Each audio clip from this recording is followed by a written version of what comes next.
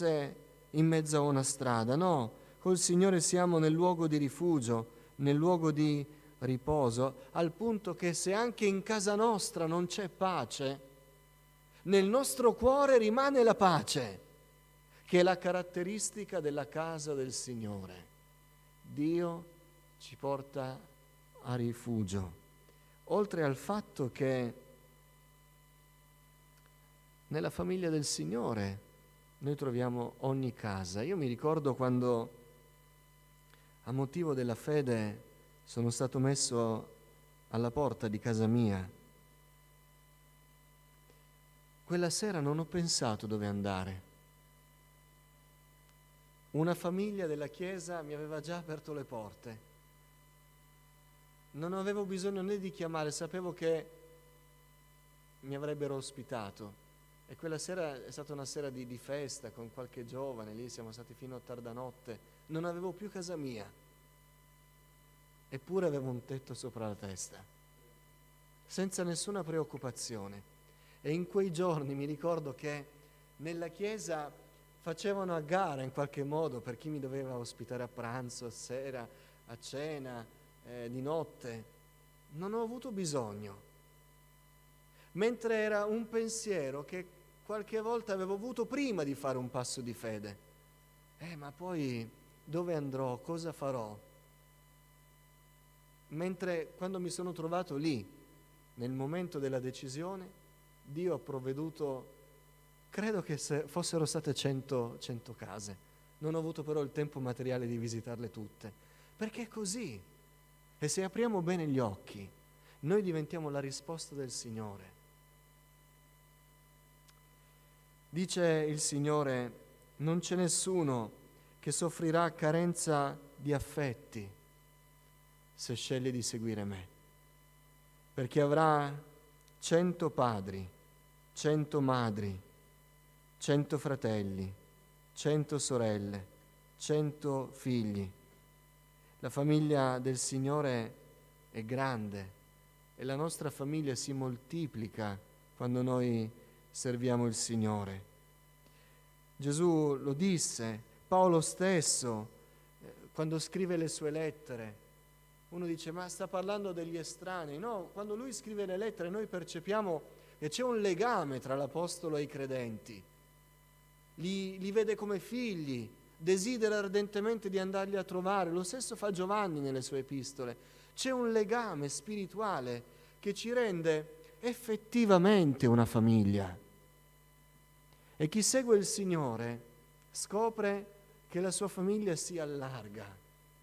Diventa un problema quando la nostra vita di fede non percepisce la famiglia del Signore, perché è un dono di Dio.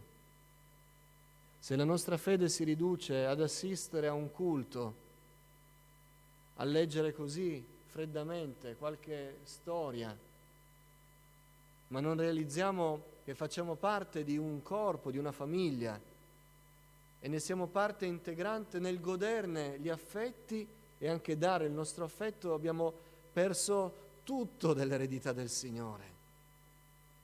Fratelli, riscopriamola questa cosa. Tanto più che la Chiesa, quando diventa più numerosa, trova più difficoltà nel realizzare questi aspetti, ma noi vogliamo aprire gli occhi e realizzare che davvero abbiamo centinaia di fratelli, di sorelle, di figli. Ricordo la mia monitrice, lei e suo marito non hanno potuto avere figli nel loro matrimonio. E ancora oggi però tutti quelli che sono passati dalla scuola domenicale, loro li considerano loro figli. E ancora oggi quando torna a Novara e li incontro, il marito mi chiama figlio mio. E la moglie, che è stata la mia monitrice, dice: tu sei il mio figlio spirituale. Lei dice sempre che il Signore non ha concesso loro un figlio carnale, ma ha concesso loro decine e decine di figli, che loro reputano esattamente figli, perché è quello l'affetto che hanno. E così vale per ogni altra relazione. E questo va a beneficio di chi è nello sconforto. se ti senti solo, se ti senti trascurato, se ti senti incompreso, apri gli occhi e guarda il dono di Gesù, una famiglia 100 volte più grande, e fa pure lo sfacciato, la sfacciata. Telefona, autoinvitati. Se poi qualcuno si offende, dai la colpa al pastore. Ma fallo, perché non c'è nessun problema a autoinvitarti in famiglia. Scopri quanti fratelli hai, quante sorelle hai. Datti pensiero di invitare qualcuno forse che non hai mai pensato prima. È un tuo fratello, è una risorsa di Dio per la tua gioia. Dice ancora il Signore: avrete campi 100 volte di più. Chi vuole soddisfazione, chi vuole gratificazione e si getta nel lavoro, si getta nelle attività, non comprende che lavorare per il Signore gratifica 100 volte di più. Uno dice: ma diventerò famoso? No. Diventerò ricco? Non è detto. Anzi, quasi sicuramente no. Ma sarà un lavoro che ti arricchirà. Soprattutto sarà un lavoro che non mancherà mai. Il cielo non ha bisogno di uffici di collocamento, perché tutti quelli che fanno parte del regno di Dio sono già pienamente occupati. 100 volte i campi che tu hai lasciato. Ce ne sono di campi per servire il Signore. Ce ne sono di luoghi dove vedere la gloria di Dio, dove portare frutto per il Signore. Il campo del Signore è grande, la messa è grande, gli operai sono pochi, dice il Signore. C'è da fare per il Signore. C'è da mettere mano all'aratro. C'è da sudare per il campo del Signore e vedere che meravigliosi frutti produce il campo del Signore. Se qualcuno pensa che getterà la sua vita al vento, se rinuncia a qualcosa di secolare per servire il Signore, sbaglia di grosso, perché il Signore ha in mente 100 campi per ognuno di noi e vedremo la gloria di Dio. Alleluia. Poi Gesù dice: avrete anche l'onore di partecipare alle mie sofferenze. Siamo contenti? Gli apostoli scendevano le scale del Tempio saltando di gioia, perché erano stati considerati degni di soffrire per il nome di Gesù. I padri della Chiesa hanno lasciato nei loro scritti la testimonianza che quando li prendevano i romani per portarli al martirio, il rogo, le fauci dei leoni, i gladiatori, loro andavano con gioia dicendo: che onore per me morire martire, non di morte naturale, ma dai nemici del mio Signore, perché sto testimoniando di Lui.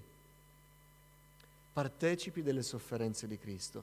Gesù non lo nascose, insieme a persecuzione ci saranno,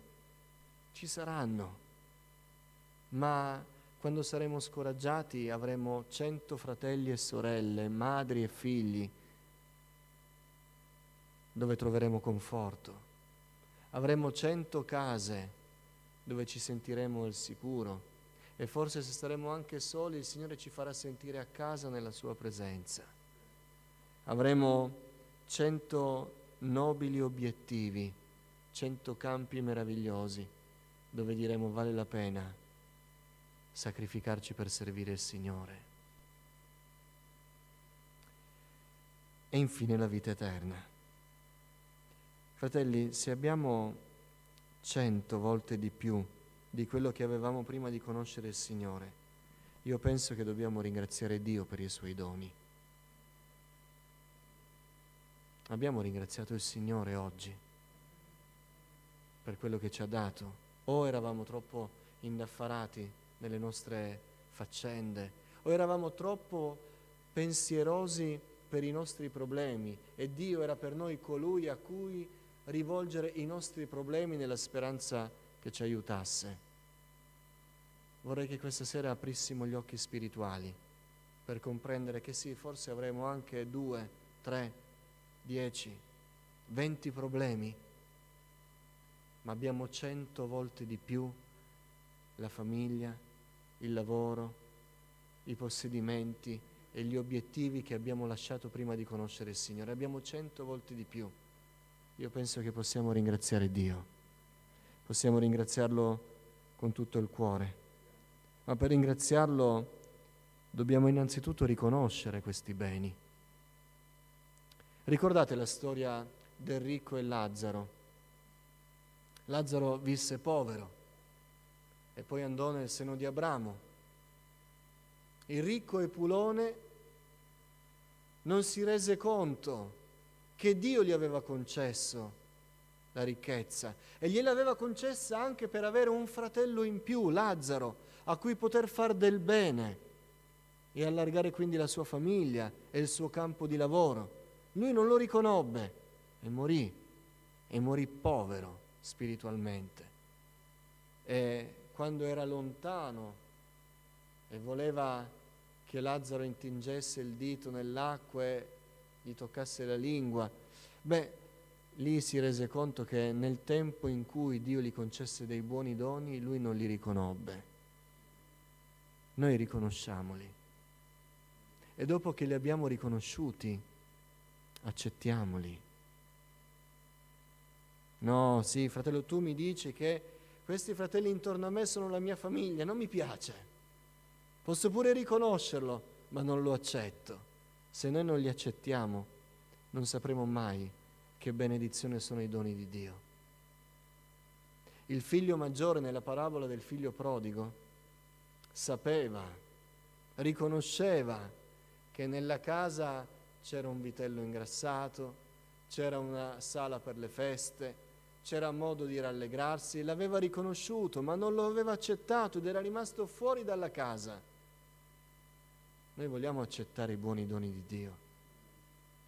Purtroppo a volte siamo più propensi a disprezzare che a apprezzare, a non accettare piuttosto che accettare i doni di Dio. Ma io volevo una chiesa diversa, io volevo un pastore diverso, io volevo dei fratelli diversi, io volevo persone più sensibili, io volevo persone che non avevo bisogno neanche di chiamare o dire qualcosa e subito si accorgessero dei miei bisogni. Io volevo un altro luogo, volevo un altro tempo, volevo altre circostanze.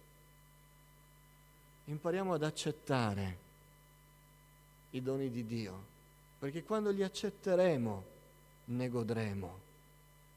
Se rimaniamo fuori dalla casa non godremo affatto e forse ci faremo un'idea diversa, quando invece Dio ha previsto per noi grandi benedizioni. Paolo esorta Filemone, vi ricordate, a rendersi conto che Onesimo, che lui si ricordava essere un falso, che aveva fatto finta di essere un credente, ma poi aveva rubato qualcosa ed era scappato e Dio l'aveva punito, l'aveva fatto finire di nuovo in prigione. Paolo esorta Filemone dicendo: guarda Onesimo in un altro modo. L'hai lasciato come servo fuggiasco. Adesso Dio ti fa un dono. Hai un fratello in più. Hai un fratello in più. E Filemone accettò e godette dei benefici di un uomo che sarebbe stato definito collaboratore e servo di Dio. Allora rallegriamoci, fratelli, perché Dio ci ha dato 100 volte di più. Se c'è qualcuno qui questa sera scontento, non granché soddisfatto, mediocremente gioioso, chieda a Dio